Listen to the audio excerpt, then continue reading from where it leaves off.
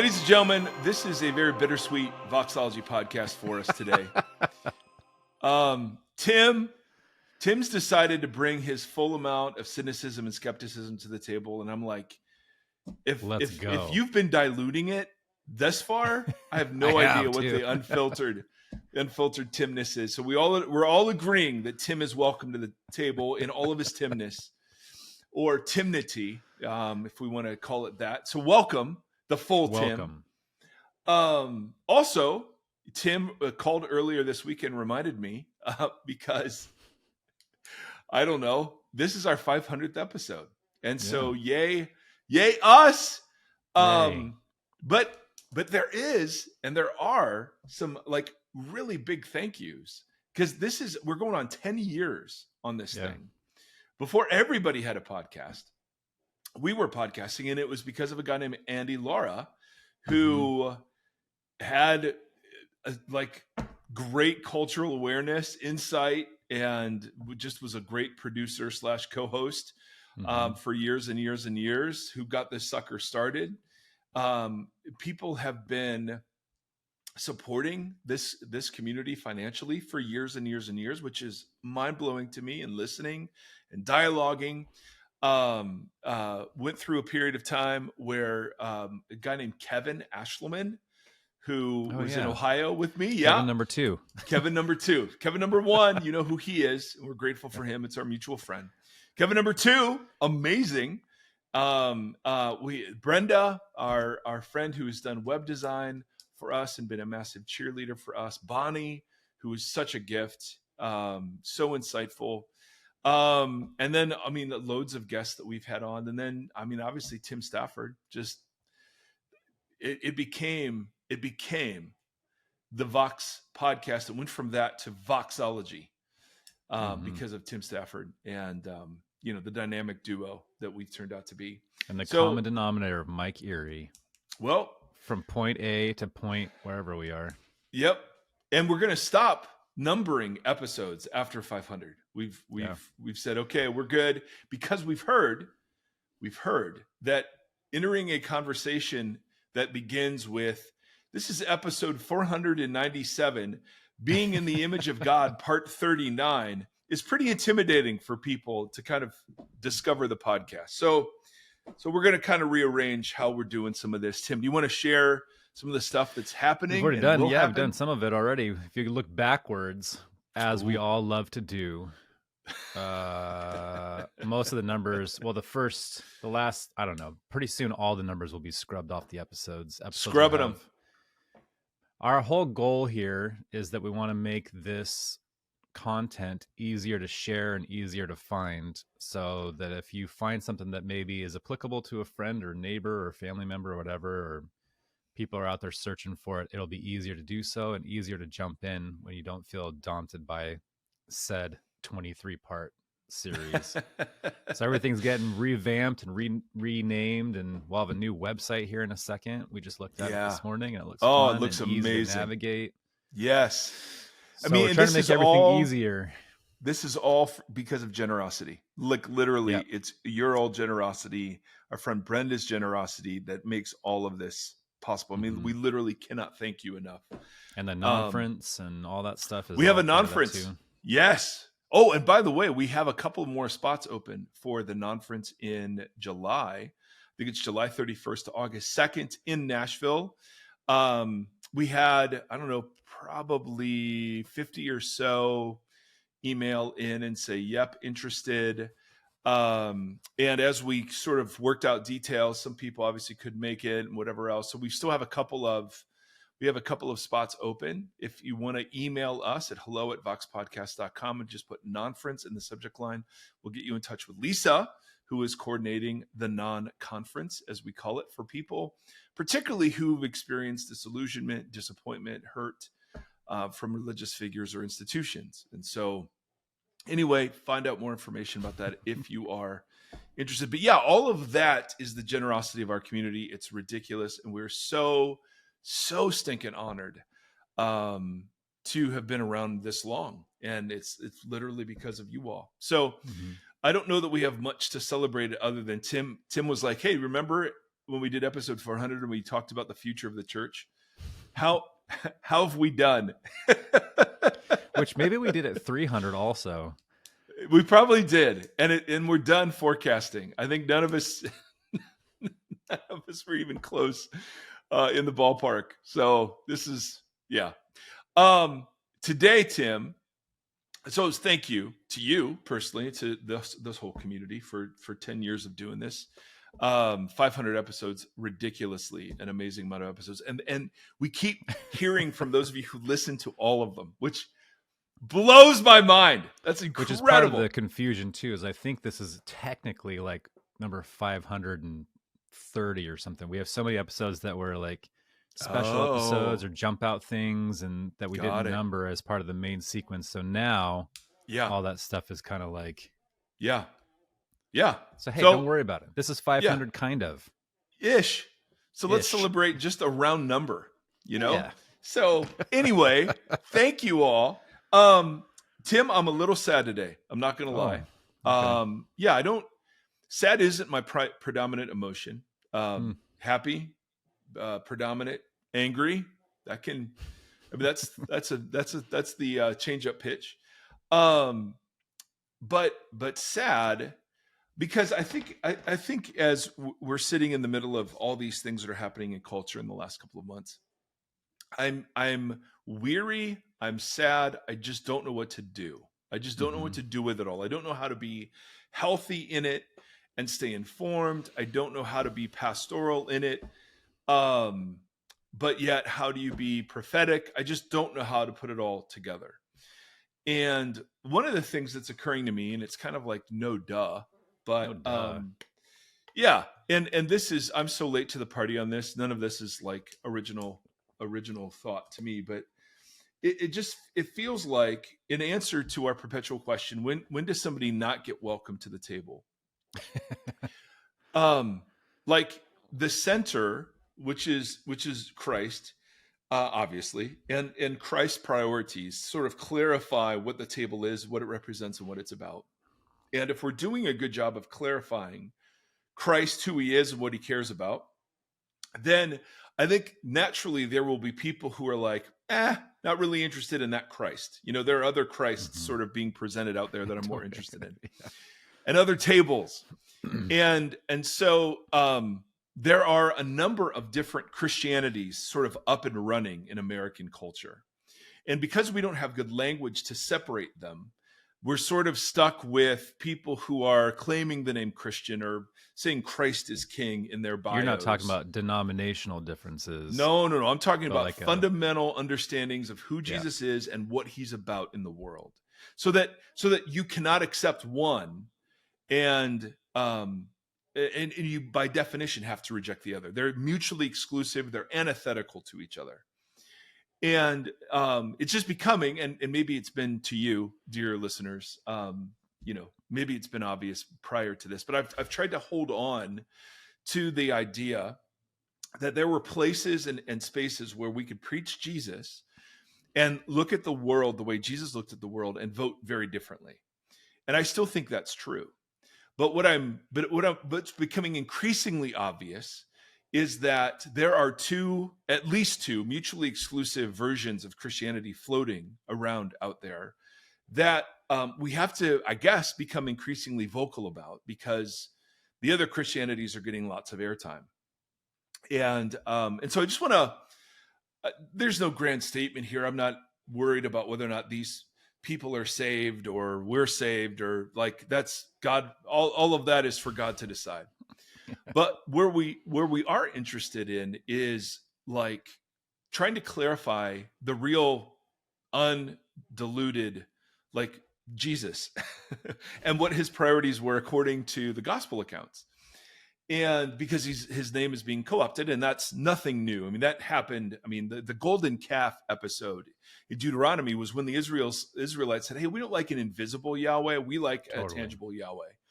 So they weren't even making like a different God. It was just, no, we just like a visible God.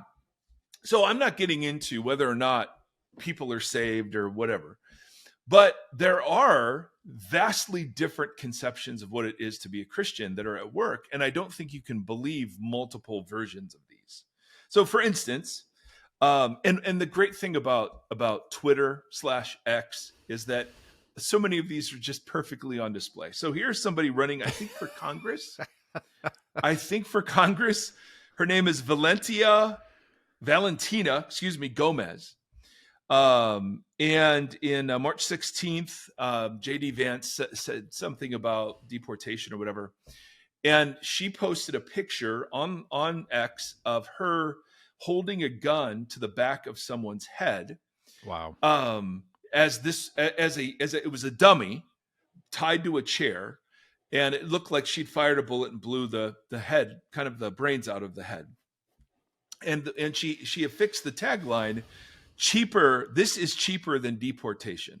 Okay. Wow. So it's her holding a gun to the back of a dummy's head tied to a chair, looking like she blew out, the brains of this person, saying this is cheaper than deportation, which obviously is offensive enough.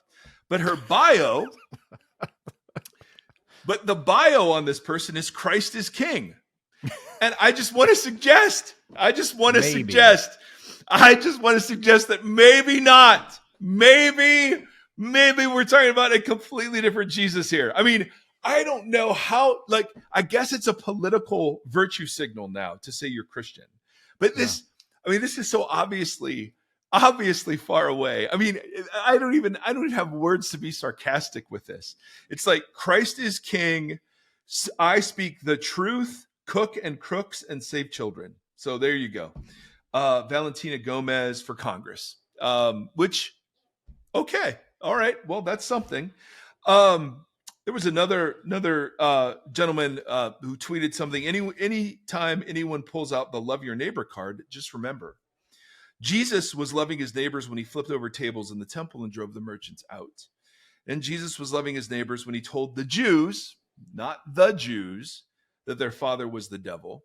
So factually, he's a little incorrect here because he didn't talk about the Jews. He was talking about the Jews and the religious subsect of the Jews that were rejecting his claims. So he wasn't talking about the Jews, so that's nice anti-Semitism right there. But I would agree that Jesus was loving his neighbor because the temple complex had become corrupt. And I would agree that Jesus was loving his neighbor whenever he rebuked religious leaders that were deeply invested in keeping the status quo so that it favored them and excluded the poor, the marginalized, the people of the land, and so forth. However, to think that because Jesus did that gives license for us to do that is dangerous, and not just dangerous, but totally wrongheaded. Because I can trust Jesus with a whip. I don't trust myself, let alone trust you to determine which tables are worth turning over and which merchants are to be cast out. The fact that Jesus did those things, and he did them out of love. No doubt he did them out of love. Does not give us warrant as incredibly imperfect people to do the same things, thinking that our interpretation of what merchants need to be driven out and what tables need to be turned over is somehow as infallible as his. It's just absolutely nuts. It's such a popular motif right now. Absolutely, who gets to be the one flipping the table? Who gets to be the one with the whip? This is what Jesus would do now. Totally. And it's always my Jesus flipping over the tables I think he should flip over. Mm-hmm. So Dallas Willard, Sweet D. Willie, had this great line. He's like, I would trust Jesus with a whip, but I don't trust me. And I certainly don't trust you with a whip. But somebody underneath in the comments of this, I just saw it, flagged it, and said, well, I mean, that's a very common sort of sentiment out there. But somebody said, Christians who say love and pray for your enemies are the reasons Christians are losing. So Christians who say to love and pray for your enemies are the reasons Christians are losing. And so I click on bio. First word in the bio, Christian. I'm like, okay, so we've got better than deporting people is killing them in cold blood. And maybe that's just a kayfabe scenario where I'm just showing my conservative credentials. Yeah. But Christ is King in my bio. And then here's a guy who's like, let me tell you, the reason Christians are losing is because they are obeying the literal words of Jesus, who according to your definition, lost too. And that is the crux of the difference between the two Christianities, right? Is this obsession with winning, with triumph, with grandeur, with power, with majesty, with spectacular displays of might and glory. I mean, that's beautifully well said. Yes, the teachings of Jesus are the reasons why Christians are losing. Yes, exactly right. Exactly right. And that is, in summary form, the difference between the Christianities at work in our culture. First of all, the obsession with winning. Where does that come from? Second, the understanding of winning only in terms of, what MAGA or what American triumphalism would define winning as, where Well, Jesus do you think clearly... that's just, is it rooted in like all the stuff we grew up with, like the battle is already won, or like, because we grew up with a lot of that rhetoric of like, we have already won the battle, we're on the winning team, like, Yeah. and so a lot of our theology was rooted in that to begin with, at least our generation. I can't speak for others, but do you think that's like, it's just been taken from there and now expressed into a more routinely daily kind of thing? I guess so. I mean, I don't remember hearing it in culture war terms. I always remember hearing it in terms of like, hey, the devil can't hurt you. The battle's already won. Carmen, the champion, they boxed it out. Jesus was knocked down, but rose from the dead at a 10 count. Dust. Satan bites the dust. Exactly. Now that language, which is in the New Testament, Paul all over, like Ephesians, for instance, is always talking about, but not in this way. Not in this way, even remotely, because what then Paul says is how Jesus achieved victory was through cruciformity, right? The descent, and that is going to kick off kind of. We've looked at what does it mean to be the church in exile. One, it means to be a community of justice and shalom making. Two, it means to be a community shaped by the cross. Yeah, and this is what a community looks like that's not shaped by the cross. Here's violence because Christ is king.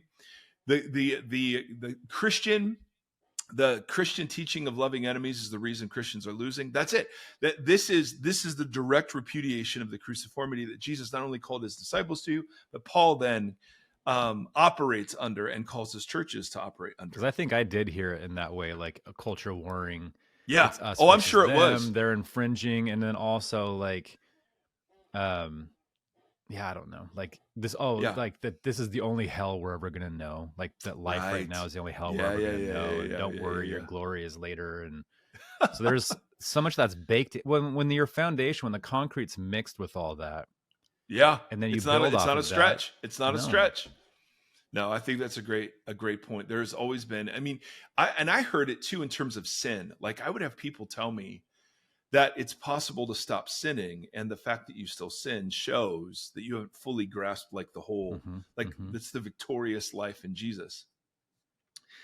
So one strand of my sadness, Tim, is that there is this other Christianity that's happening that's like not cruciform at all. It's in the shape of something else, and shape of power, shape of dollar signs, shape of influence, whatever.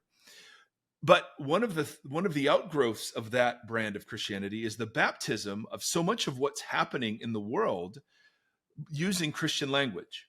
Totally. And so not only do I have a problem with the underpinnings of like this kind of false version of Christianity that's triumphalistic, but the outgrowth of it is it's baptizing so much of what's happening in the world under its banner. So like we see video floating around of the current president beginning his cabinet meeting by being prayed for.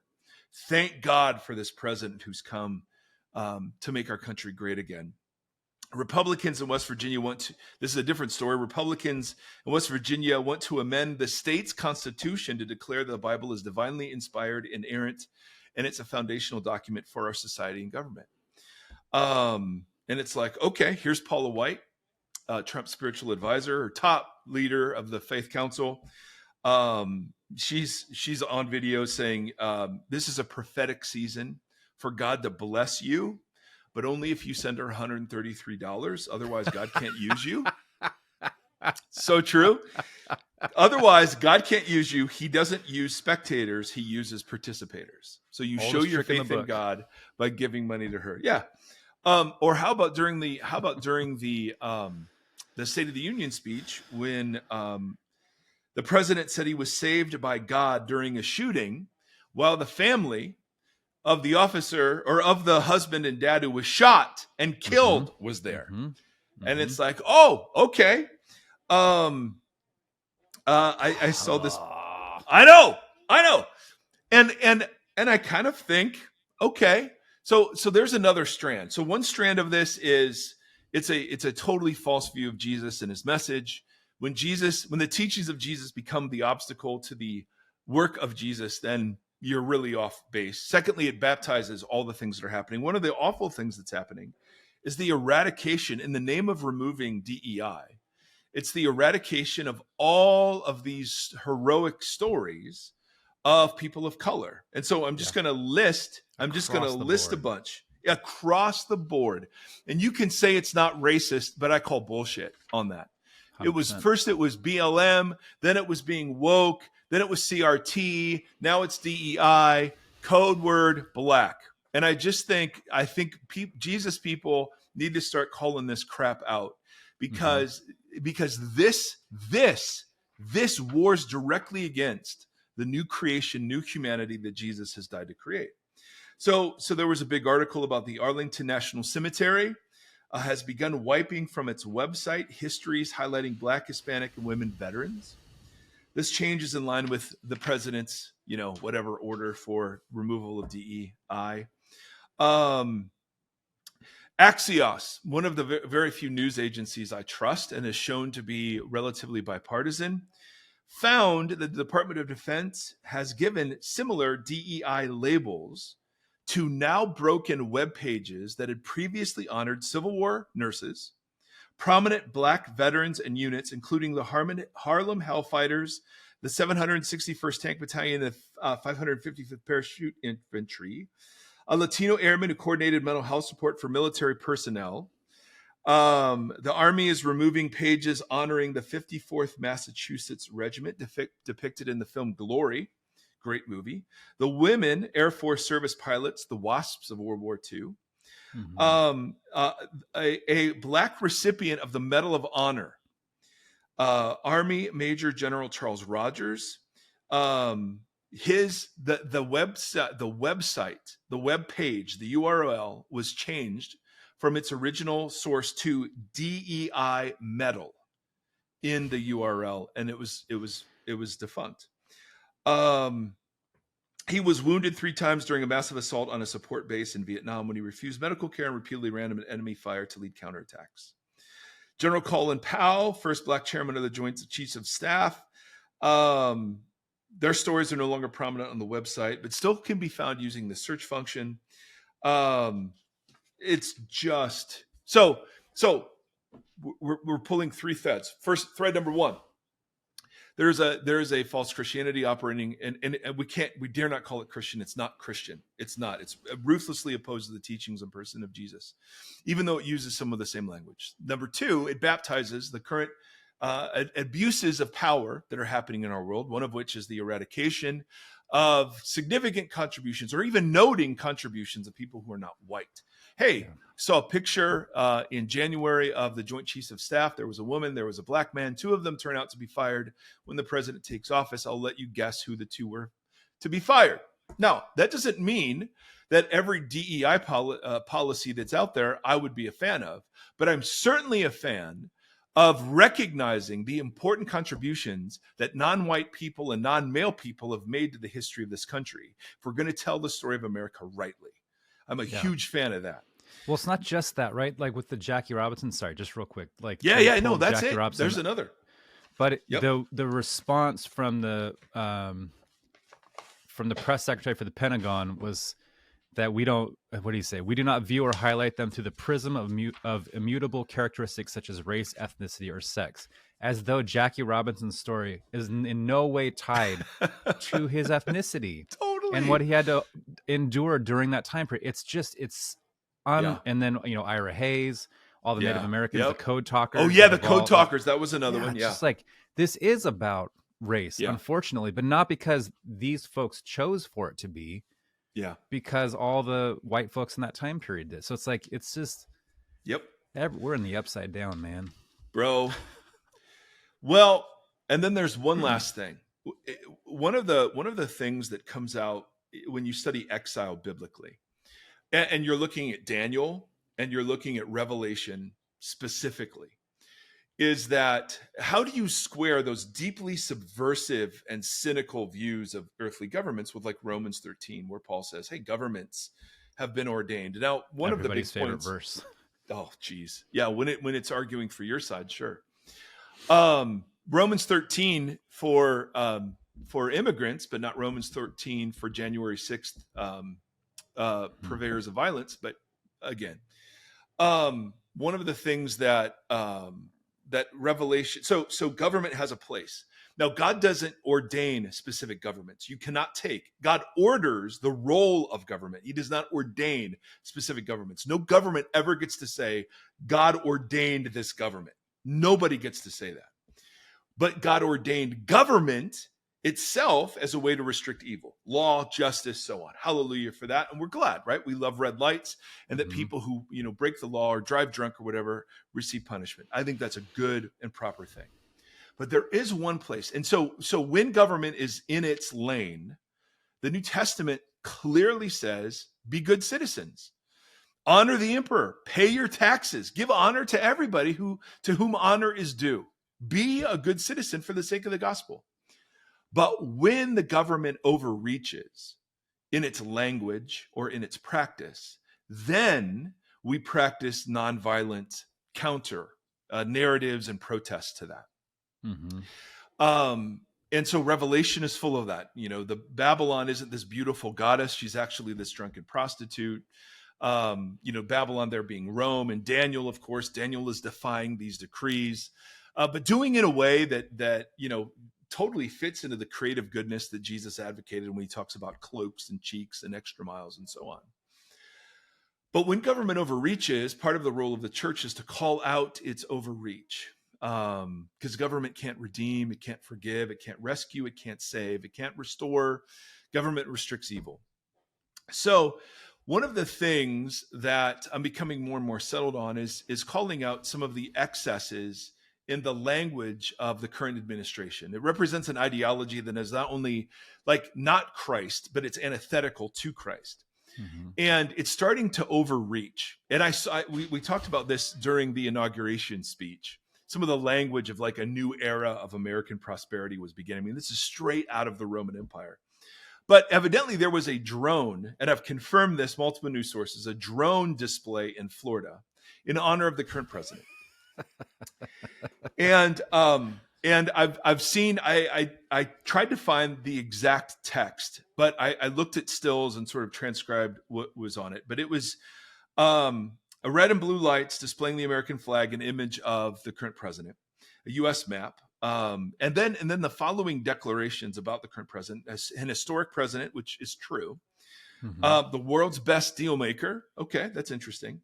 The message began: a new golden age for America, a new golden age for peace, a new golden age for hope. Now, this is straight out of the Roman Empire playbook. You could literally, these are phrases, and I'm not saying they're borrowing. I'm just saying this is straight out of the Empire playbook, man. A new golden age for peace, a new golden age for hope.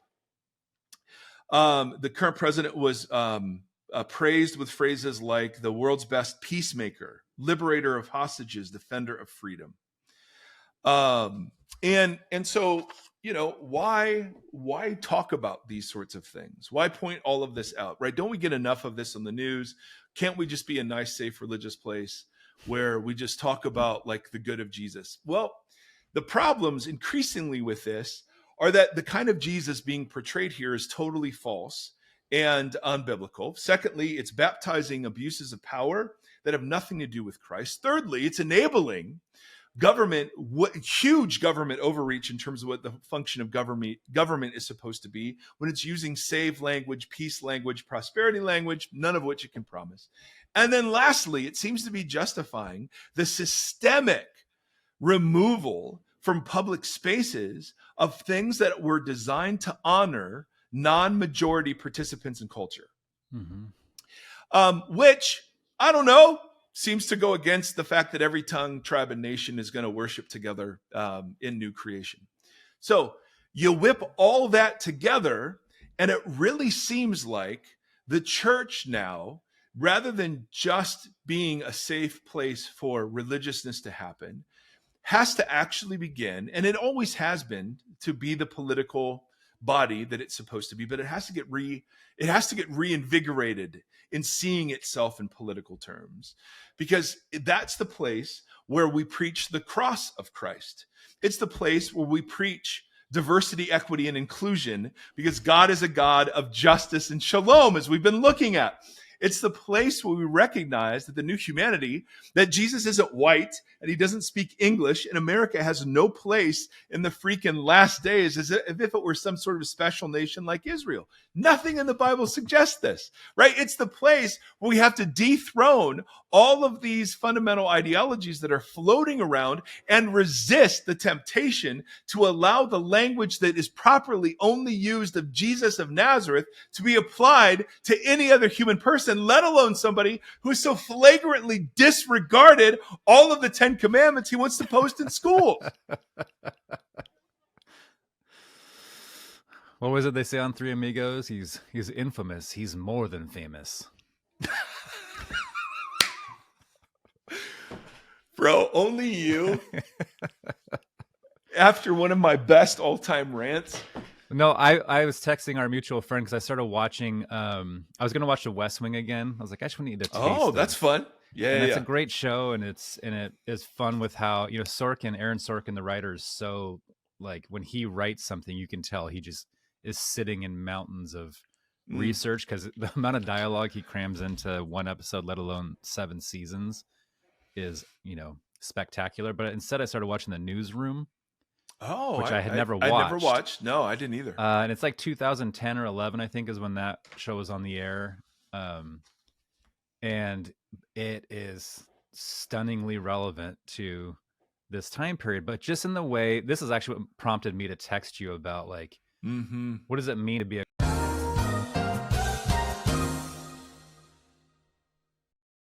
Oh, now where am I? There he is. Now? I can. Good night. Holy moly. Okay. Sorry for technical difficulties. What does it mean? What does it mean to be a Christian? Oh man, I lost that train with that. But they were talking, like, being like cutting to the core. It's like, you know, it's a news. So it's like, what happens when a news organization with one of the most, you know, popular TV anchors there is starts actually cutting through all the mess out there and speaking the actual truth on topics and asking the hard questions and calling BS on whatever. And I was like, man, is this what our role is today? Like, not being combatant, right, but being truth sayers. And, you know, we had a little thread on our private Facebook group, which if you're not a part of, you're welcome to join. And we had I actually asked how people were doing. We had a conversation around reading books like The Color of Compromise right now, and understanding from Black voices what this trajectory and this journey has been to this point.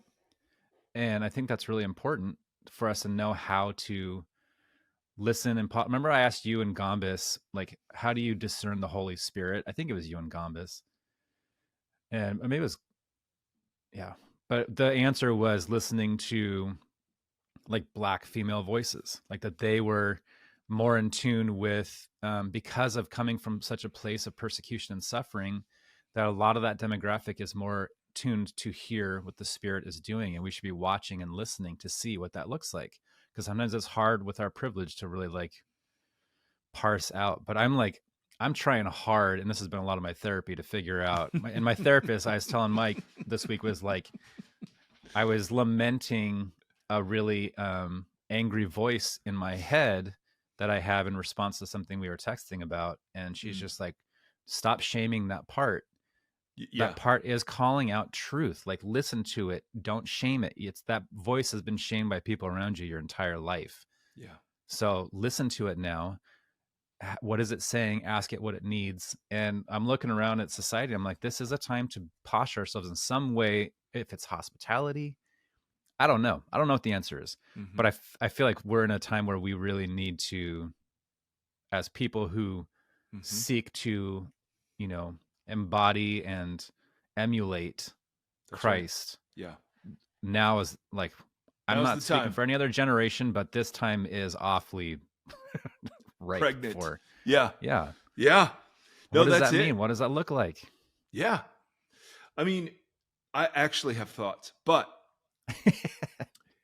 Tim, one of the glorious things that I love about you, and that so many of our folks love about you, is that you have that same effect. You're the guy that cuts through all the noise, gets it down to the question that matters or the point that matters.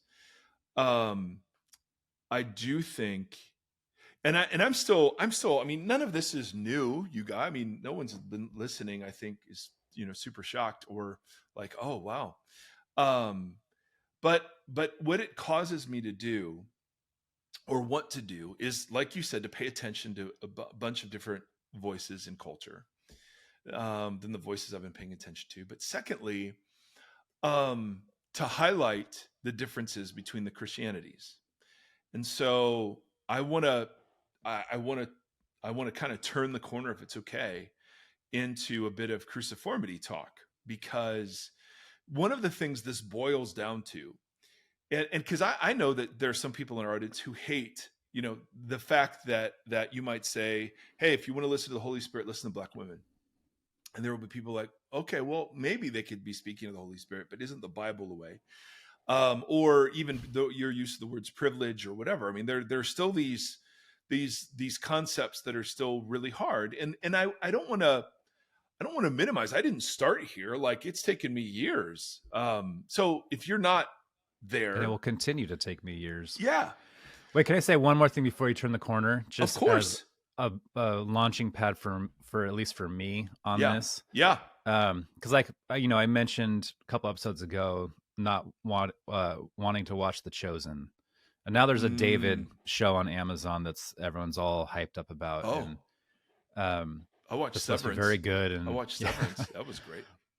And then every time I bring that up, I'll get a bunch of emails and messages on Facebook about like, you got to give it a shot. You got to give it a shot. I think I was thinking about it. I think one of my problems with why I can't approach it is I'm not looking for, even if it's really, really well done, some other version of Jesus. I don't need any more of these like retranslated, reappropriated, whatever. Even if they're doing it really, really well, I don't need that right now. I want to understand the real, actual Jesus Christ and what it means to like be a follower and to, like we said, like embody that to the world. It's the same reason why, I don't care if churches, this is just me, not Mike or Voxology, but when they like the creeds, like the Apostles' Creed and the Nicene Creed, I don't need human creeds. I'm really just kind of like, I'm at the foundational level right now, and I want to build from that. And so I have a hard time letting other voices who have interpreted things the way they think are correct being the ones that tell me how to build a foundation right now. Right now, I just want to figure out, this is who Jesus was. This is who Jesus is. This is what Jesus advocated for and how he told us to posture ourselves in this world. Him being part man and part God and showing us the correct way to do this and the correct way to be human. Full stop. I want to start there. Yeah. So that's why I have a hard time. So when you talk, well, as we turn the corner into what does it mean to be cruciform and kind of. Well, hold on. We don't have to turn the corner, because I want to ask, what does this look like for you? I don't know, but I'm trying really hard to parse that out. And I think in some respects it is watching how people in marginalized communities are posturing themselves and how Jesus spoke to those things. Like, I couldn't get I was talking to some students. Oh, the woman caught in the act of adultery. I could not get that out of my head for some reason, the way that Jesus navigated that entire scene. Like, it's just a phenomenal, like, just talk about flipping a table. Like, he flipped the whole script. Yeah. And there's something, and he's, and not in the, and, you know, obviously not in the regards of like saying like, hey, you know, I flipped the script and everything you're doing is wonderful, keep doing it. Mm-hmm. The way he approached it, the way he spoke to the woman, the way he like, everything about that scene is so antithetical to how I see most of Jesus being like shown today. Mm-hmm. Mm-hmm. So Mm-hmm. I could not get that scene out of my head the other day, and thinking about this kind of stuff, like, how did he, and then I sent you a picture because someone was leaving tracks at school, you know, and Mm-hmm. Mm-hmm. and this one was just some cartoon. It was so gross, and I was thinking about evangelism, because that's kind of at the, I don't know, I think at the core of why people do that, or they leave the $100 bill to get someone excited. They find it and they open up, they're like, fooled you, Yeah. this is about your salvation. It's like, man, that would just piss me off. Like, Yeah. and I was like, does this relate to how, and I started thinking about big church gestures and big church services and big light shows and Mm-hmm. all that stuff. And then I started thinking about Jesus performing the miracle and then telling people not to, like, don't tell people about this. Mm-hmm. I was like, are these things connected at all? Is there something about how he wanted us to be among people long term and love them and create hospitality and that kind of stuff, rather than running around and shouting miracles and big things? You know what I mean? Like, Yeah. was he prepping us for this kind of thing where it's just like, hey, no, this isn't a magic show. Yeah. This was about something specific. I'm not trying to like impress people with these things. I want you to learn how to live with each other the way that we wanted this to go in the first place. So I look at all those kind of things, like the way he continually postures himself around people, and then the way he encourages that posture. Why is he so bold with Peter to be like, get behind me, Satan, with it's like, and then now we have people holding guns to dummies' heads, and it's just like, man, Yeah. opposites. Yeah. I mean, that's it. And the cruciform stuff, we've talked about it. So those of you who are regular listeners are like, yeah, I know where this is going. Totally. But it literally is the distinguishing point between the two Christianities. And so it's like, I don't want you to take our word for it. It's like, no, let's per Tim, let's go back to the source here, guys. And that's right. You know, it is kind of clear how power and leadership and money and all the things are to be held. And I'm all for, you know, per Sky and others influencing culture. I just think, again, the way you do that is by... Yeah. See, I don't even know how I feel about that. Yeah. Or how do you define, I don't know. No, what part? The influencing culture stuff. I just don't, I'm not sure what that means today or ever. But I can only speak to today. I don't know that I see that. I don't know that I see that as a command or a positive, like. Oh, I don't know that I see it as a command either. Yeah. But I do think, like, when you look at Torah, it was designed to show off Yahweh's character to the nations. But how? Totally. The how was they were to be holy. And in their difference from the nations, they were to be a light. So, yeah, I mean, that's the whole thing we've been talking about, right? Is the way the church influences the culture is not by trying to influence the culture. It's by being the church. There you go. Yeah. That's it. So it's not an intentional influence. It is an intentionality with each other and whatever, that then the world sees and says, man, that looks nice. Yeah. Those people are all edified. Right. And you know, we're so good at it. I can't think of like tons of positive examples of when it's happened. But I don't want to water down the ideal either, because neither one of us want to be involved in a spiritual business. Neither one of us want to be involved in motivational self-help. I mean, like, it's either the revolution that Jesus and the Samaritan woman represent, or not the Samaritan woman, the woman caught in adultery. It's either that revolution or it's just another empty religious system. So, man, I'm totally with you. And I'm increasingly skeptical that transform the world gets coded into not having to love it, not having to serve it, not having to sit with it, not having to be messy in it. And so, yeah, I none of this is easy. None of this is quick. And that's where, people are beginning to say things like, it might be wise for all of us to just get rid of social media for a while. Yeah. And just get So I've been told. get really local again. Like I can't worry about the policy decisions of Washington, D.C. I mean, I can in the sense that, like, I vote, but in the sense of having direct influence over them, I don't. But I do have a lot of direct influence over the 6 houses around me and this little tribe of people that listen to this podcast or go to this little church. And so I don't know, like, But that too, like I mentioned on here, and I got a few emails from local people. Like we're starting this Auburn Wellness Committee, which mm-hmm, is, I'm starting it with a friend who is not a believer at all. This is mm-hmm. not a religious organization. It's a way to build community and I love that. then we'll learn what our needs are around us. I mean, And I don't, that's we can't, amazing. but that's, I know, but it's like what you're saying, like we can't change what the current guy is doing up there, the orange guy at the top. Like we can't do anything about his immediate day-to-day kind of things, Mm-hmm. but we can come alongside those that are being hurt by it. And I know this is like we're just banging the drum on this over and over again, but I have to be reminded of it on a daily basis. And so Well, if you and guys are reminded every couple of weeks, yeah, and you guys are so gracious that you let us be in process. So one of the right? great gifts of 10 years is, I mean, I haven't listened to episode 32 since we recorded it. And so I have no idea the ways that I've grown and changed Right. and been wrong and been corrected and whatever else. And so Tim and I are both deeply in our feelings these days, and we're wrestling with what do we do? Because as always, the Sermon on the Mount always applies. Always. I'd love to hear from everybody that listens though, what you guys think. Like how do you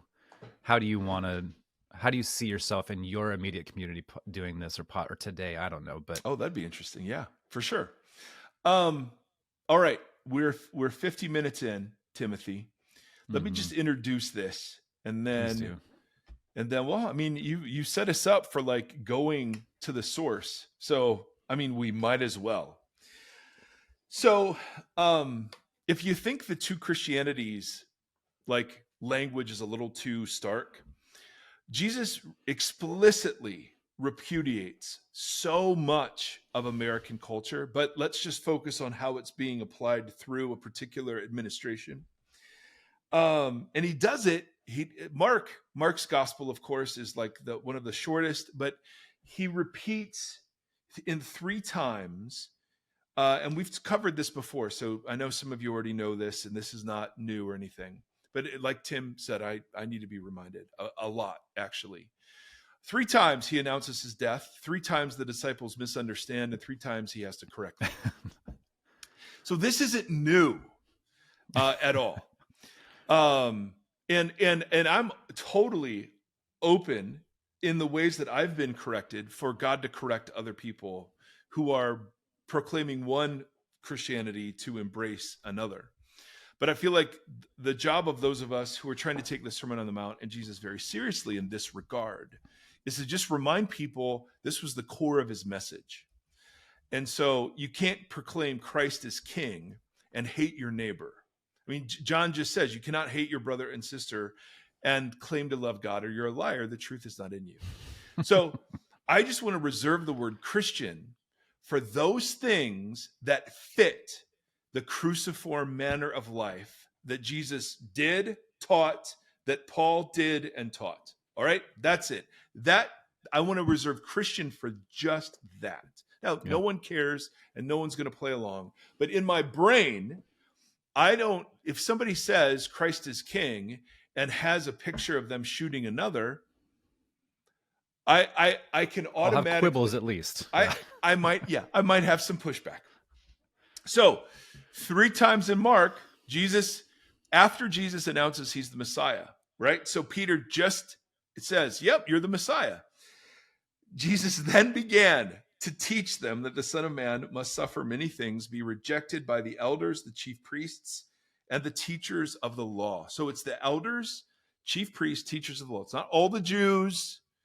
These are very specific groups that represented conflicting interests in Judaism that would now unite in their hostility to Jesus so that they would collaborate with the Roman government. All right? So that he must suffer many things, be rejected by them, he must be killed, and after 3 days rise again. Now, all of us good Christians, oh, of course, it's the Easter story.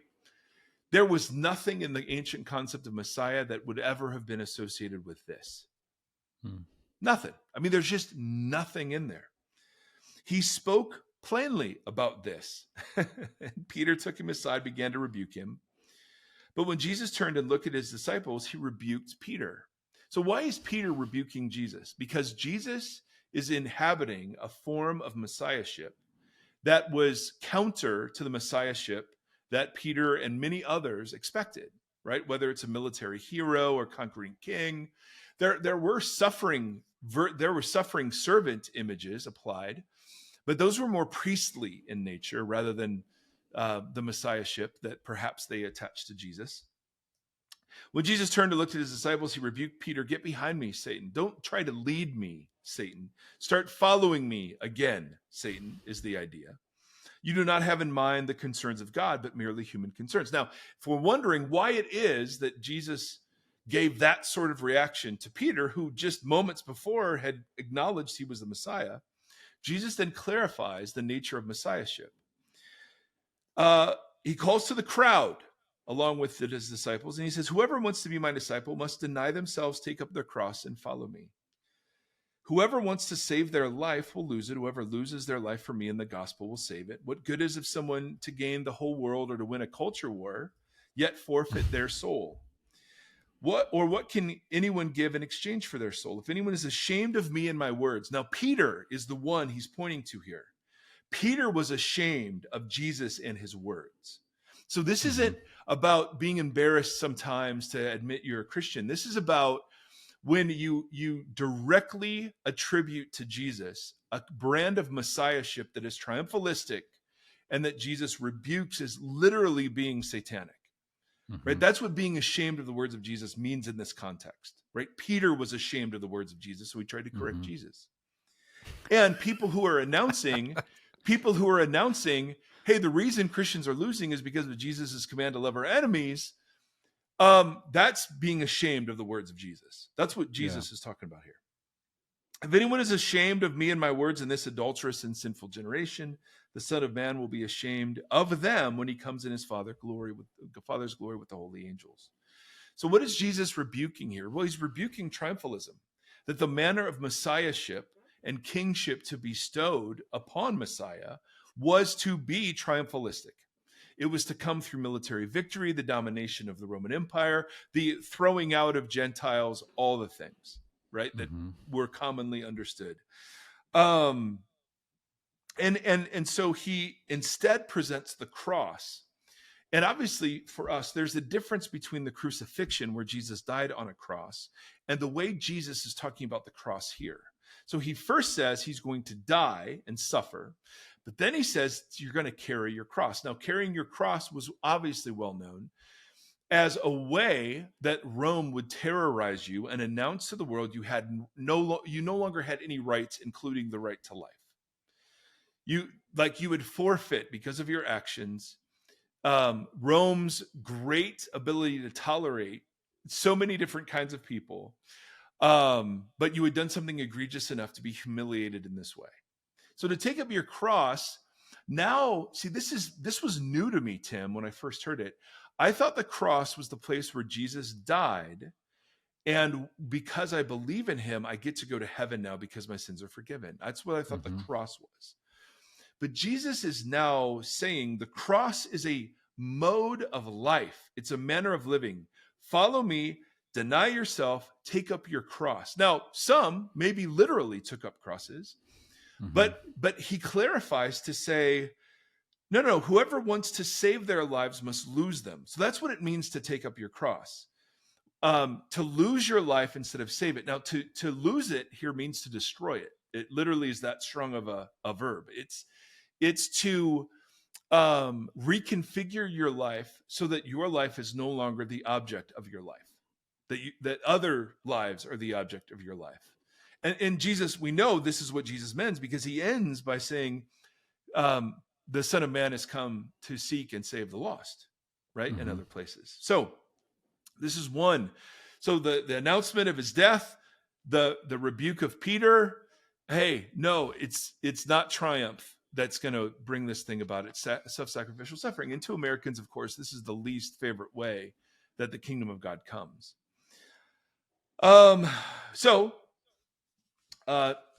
Episode number 2, Mark 9. They left the place, passed through Galilee. Jesus did not want anyone to know where they were, because he was teaching his disciples. He said to them, the Son of Man is going to be delivered into the hands of men. They will kill him, and after 3 days he will rise. Same announcement said as clearly. But the disciples did not understand what he meant and were afraid to ask him about it, which totally. I'm sympathetic for the disciples here. Oh, yeah. I'm so thankful for Peter just in general, because yes, I would have had the same reaction. Yeah, no, he exactly. So they came to Capernaum. When he was in the house, Jesus asked them, what were you guys arguing about on the road? As he was teaching them about his suffering. But they kept quiet because they had argued about who was the greatest. It's just so awesome. So awesome. Sitting down. So notice what Jesus does here. Sitting down, he called the 12 and said, anyone who wants to be first must be the very last and servant of all. Well, what's that mean, Jesus? He took a little child who he placed among them. So he put the child in the middle of them. Taking the child in his arms, he said, whoever welcomes one of these little children in my name welcomes me. Whoever welcomes me does not welcome me, but the one who sent me. So think about the logic. I have to go suffer and die. Yeah, but we're talking about who is the greatest. So Jesus then presents a picture of greatness. What's the picture of greatness? A kid, and remember, and we've talked about this before, forgive the repetition, but children had no exceptional spiritual status in first century Israel, right? They were drains on the family resources until they were old enough to contribute. Many of them didn't live a few years beyond birth. I mean, they weren't there was no precious moments figurines where childlike cherubs, loved each other or whatever. The idea is that Jesus took someone who had no rights, no significance, no worth or contribution in spiritual matters. He places them in the middle of the disciples, and he says, if you welcome that kind of person, you've welcomed me. Mm-hmm. Oh, okay. Oh. So that's what greatness looks like, right? I mean, you could not have a more direct rebuke of many of the things we're talking about. Third example, and we'll close after this one. They were on their way to Jerusalem, with Jesus leading the way.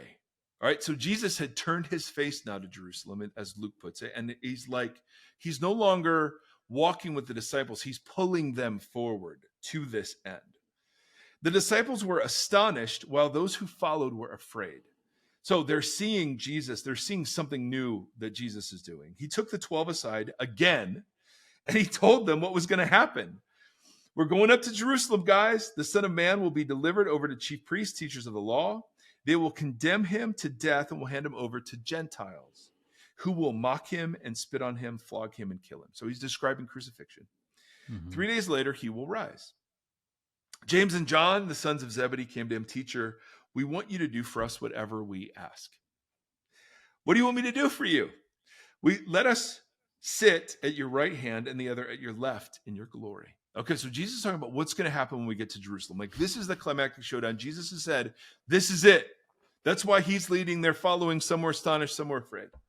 Okay, well, when you do the Messiah thing in a traditional banquet in those days, the person sitting on the right-hand side was usually the guest of honor of the host, who was in the middle, and then the left-hand side would have been another position of prominence. So would you give us positions of prominence over the rest of the disciple community? Is just genius following what he just said. Totally. That's the thing that's so great. 3 times.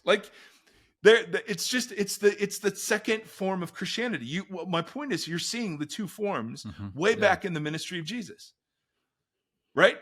And Jesus with those closest to him. with those closest to him, and he could not more clearly repudiate. So I just want to convince us that this other form of Christianity is not Christianity. I have no measure of judgment on the people who practice it, whether or not they're saved or not, or trusted Christ or not, or whatever.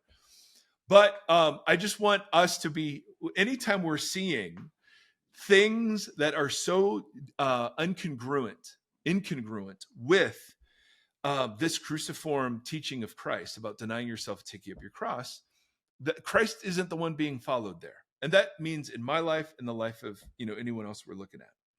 Let us sit at your right hand or the other at your left hand in your glory. Jesus said, and I hope this was kind, but he said, you don't know what you're asking. Can you drink the cup I drink or be baptized with the baptism I'm baptized with? Now, I think they must have thought that just meant, hey, can you just have fellowship with me and like when I'm coming into glory or whatever? They didn't understand he was referring to suffering here. So they say, sure, we can.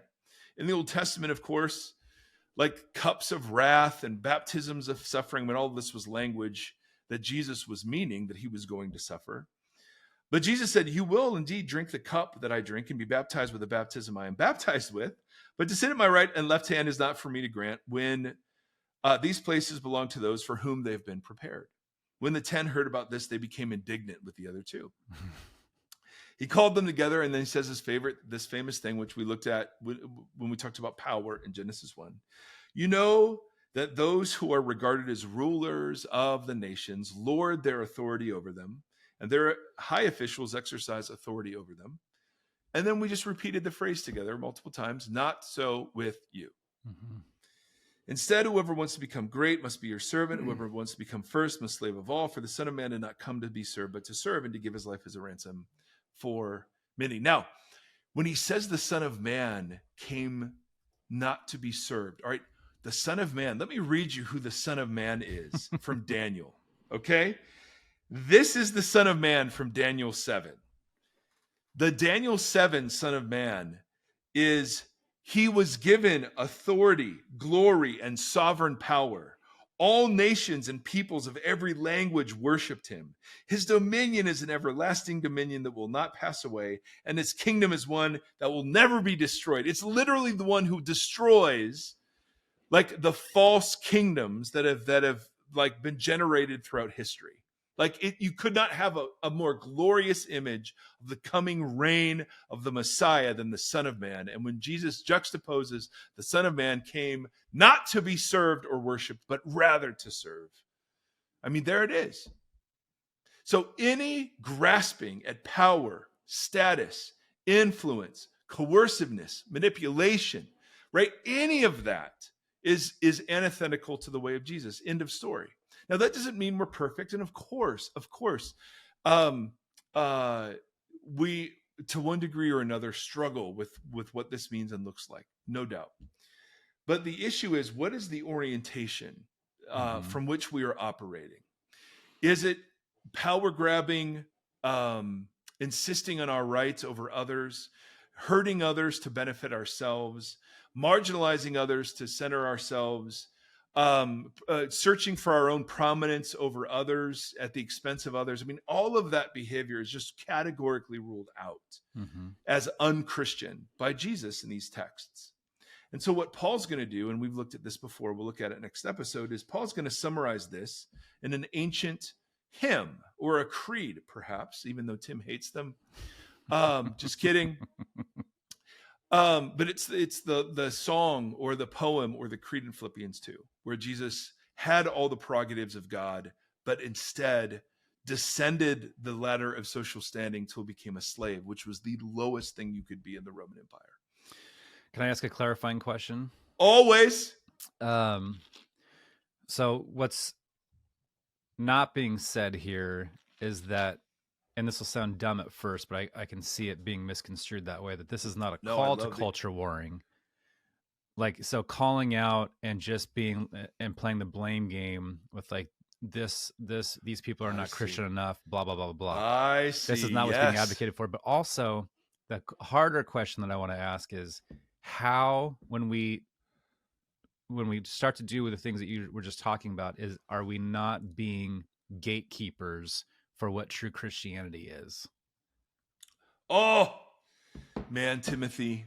Because Man, but that's at Timothy. the core of it, right? Like, we don't want to contribute to this tit for tat, back and forth, culture warring, posturing.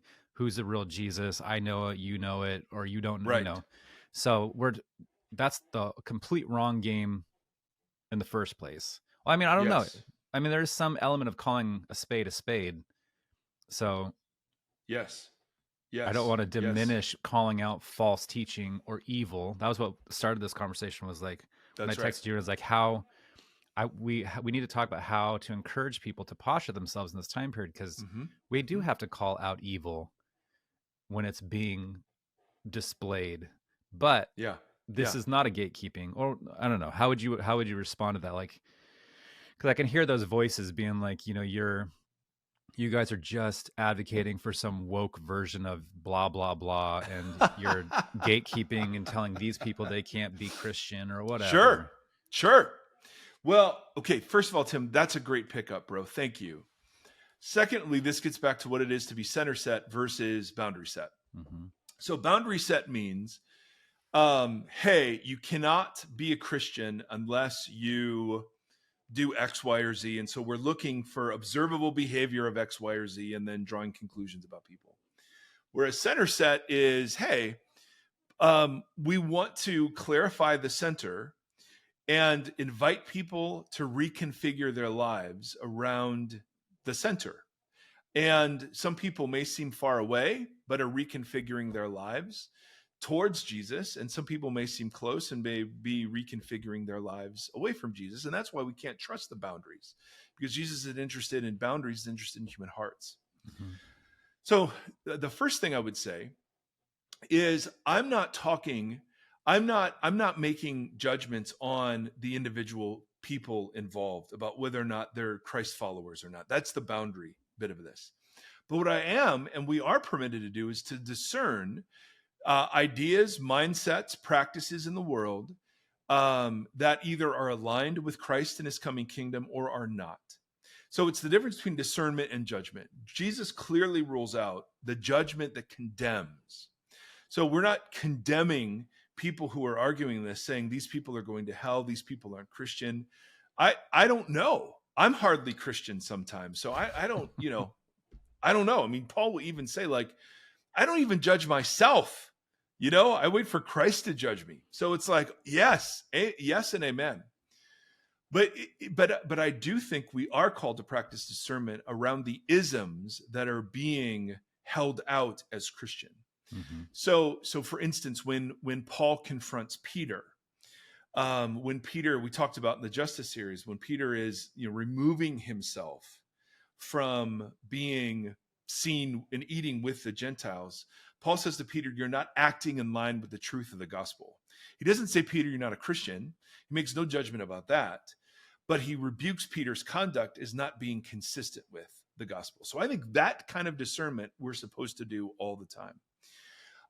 What we're not advocating for is a Christian culture war that says, hey, we're the true Christians, you're not, because that's what's happening everywhere else. And I'm so glad, Tim, you're genius in asking to clarify this, because I can see where all that I'm talking about could be misconstrued that way.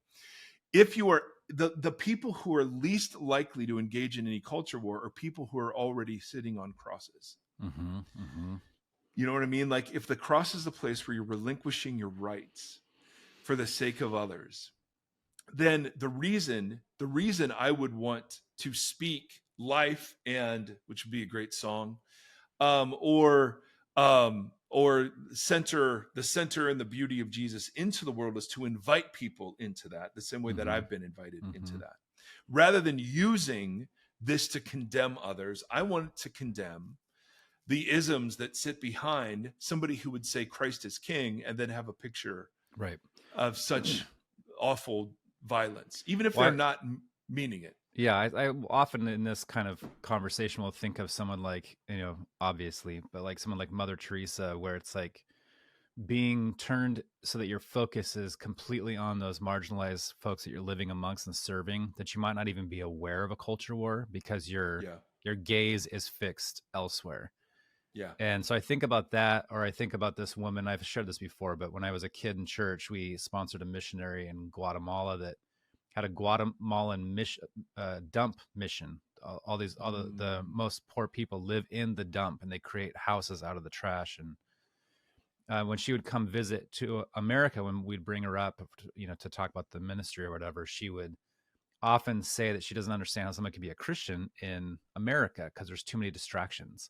Mm. And so there's something about being fixed in just having you look at what the immediate need is right there, that you miss the distractions of everything else that's pulling at your attention. Yeah. So what does it mean to Yeah. do that in America, where we are living in the middle of distractions, where we are the folks with, regardless of, most of us are still in the 1% in the world for, so we are the wealthy. Yeah. We are the ones who are distracted by our wealth so much that it can be hard to figure out how to get into heaven or whatever, to play on that metaphor. But yeah, so there is something about that posture that enables you to not be looking at the argument that is being held at the high level and just says, how can I best serve the people who need to be served and dignify their humanity and whatever, however you want to phrase it. There's something there that I think is really interesting and compelling. And the pushback you always give me on that train of thought is, yes, but the language that's being employed actually hurts people. Yes. So I just read this morning, and I don't know if it's confirmed. I don't trust anything that I read unless I see it in multiple sources. Yeah. But there was a 6-year-old who was unvaccinated who died of measles, and their parents were on a podcast advocating for not vaccinating your children. And so there's an example of a view that is hurting real people. And so how is it if we're to provide counter narratives, both this is in the word, conundrum. This is it, right? So I think for me, it's the tension. I think it's a better way of looking at it. Yeah. And if you're not feeling both sides, you're probably, or at least for me, I've probably erred on one or the other. But yeah, I don't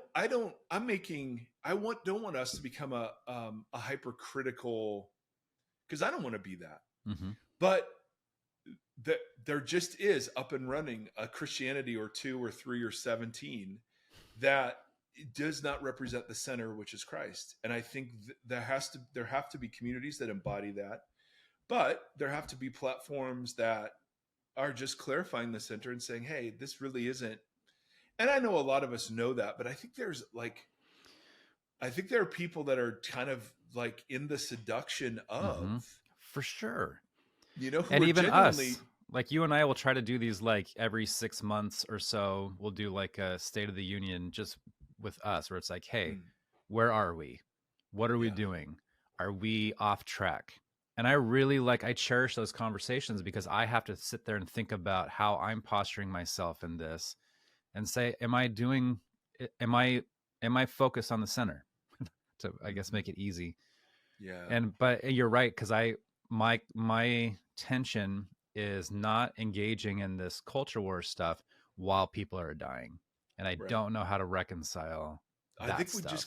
we clarify the center, bro. That's the only way I can get there, is to say, I don't want to add to the condemnation and the noise. I just want to keep, not that anyone cares about what I do on Twitter or X, and the footprint is so small. Like, I get 200 engagements of anything. But one of the things I've been doing is just quoting parts from the Sermon on the Mount. And it without context, without politicizing or whatever, just saying, here's the center. This is the center. Anything, because we do want to make the following points. Anything that doesn't look like Jesus isn't Christian. Right? I mean, that's just by definition. Yeah. By definition. And not only that, there's nothing so important happening in the world that we have to cease being Christian in order to accomplish it. Yes. And we've even seen that worded exactly like that, right? Like Jesus was speaking to his time, but Jesus, those words would be a little weak today or something like that. I've seen those exclamations. No, there was the National Prayer Breakfast where the word was said by a member of the president's family, hey, we've tried the turning the other cheek and it didn't work. And it's like, yep, Exactly right. Exactly right. If by working you mean all of the ways the disciples misunderstood the work of Jesus, then Mm-hmm, sure. mm-hmm. So anyway, I think because you always have been on me about, okay, well, we got to learn how to discern. Well, this is how you discern. You start by clarifying the center. Mm-hmm. That's how you begin to discern. Like you said it, you go back to the source documents. If we can't trust these, then the whole project is toast. So Yeah. let's just throw it all out. And I'm not saying, they're yes, they're beautifully human, but I believe ultimately accurate and authoritative representations of what Jesus was actually like and what he did. Mm-hmm. And let's start there and just rummage around and say, okay, this is the center. And so we can look out, and I can't base a judgment of a human heart on someone's post. Not at all. I'm not even called to do that. Right. But what I can do is sit and go, okay, this is being baptized using Christian language. Mm-hmm. And we have to announce as narrowly, whether it could just be to my family or my neighbors or to the one coworker I have a relationship with, hey, this isn't the center. Mm-hmm. It and that there's nothing that is so urgent. There's no good that comes from getting off of our crosses Mm-hmm. and using the methods of Rome to try to accomplish the message of Jesus. There's just Mm-hmm. nothing that happens except more harm. Mm-hmm. So I think that's the project, right? And can we do that project without the contempt, without the demeaning, without the alienating? That's where the Sermon on the Mount calls us to do it, but to do it as cruciform people. I mean, because Jesus did look at the woman and say, go and sin no more. Yeah. But how he did it was, man. Yeah. So that's the thing we want to get to. Yeah. I get lost in that a lot. Everything that he did in that situation is opposite of how I see it modeled. Yeah. And yes. so there's just something so even, this far removed, we still can't quite get that right. But there's something there. There's something really, really, it's so brilliant that I can only, like, Jesus is the kind of person who's so brilliant. I can only glimpse out of my periphery. Like when I look straight at him, I miss it. I know I'm missing it. But like when I'm looking at something else, it's like I see him move on the periphery of my vision and just get a glimpse of the genius of what that. It's like he shoved you in a crevice and put his hand over it so you can't quite see his glory. Like that, or Jesus is the kind of thing. No, Jesus is the kind of person. Good Lord, talk. Right? What was it? A real thing? I don't remember what that was. Jesus is the kind of person. It's for the same reason. He's like, hey, I don't want to be interrupted. Like your focus, looking for the spectacular, you're never going to find me with that. You've almost got to be looking for something else. And you'll catch me running around at the edge of your vision. That's what the Gospels feel like. I feel like that's a whole series in itself. But yeah, I mean, that is what it is. I mean, I feel like he even says that. Yeah. Oh, yeah. You know what I mean? Like, yeah. If I write a book again, I want to write a book called The God Who Disappoints Everybody. Because he did.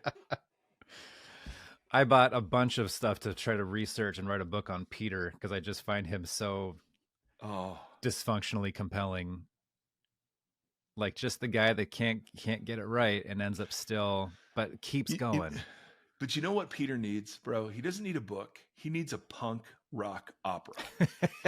So, and you're the man. So Tim is a musician. So most of you, I think, should know that. He's incredibly talented, but he's been writing a bunch of punk songs with a band. Yeah. I don't know if this audience will like those, though. They've got some choice words. I think you really our catharsis. Audience. It's catharsis. I think, yeah. Have you've been to the non-ference before, right? Where, like, yeah, I'm sure they'll be offended by your punk rock songs. Anyway, I don't know if a 500th episode. Happy birthday, I guess. Happy birthday, Mike. Happy birthday, Tim, and happy birthday to you all.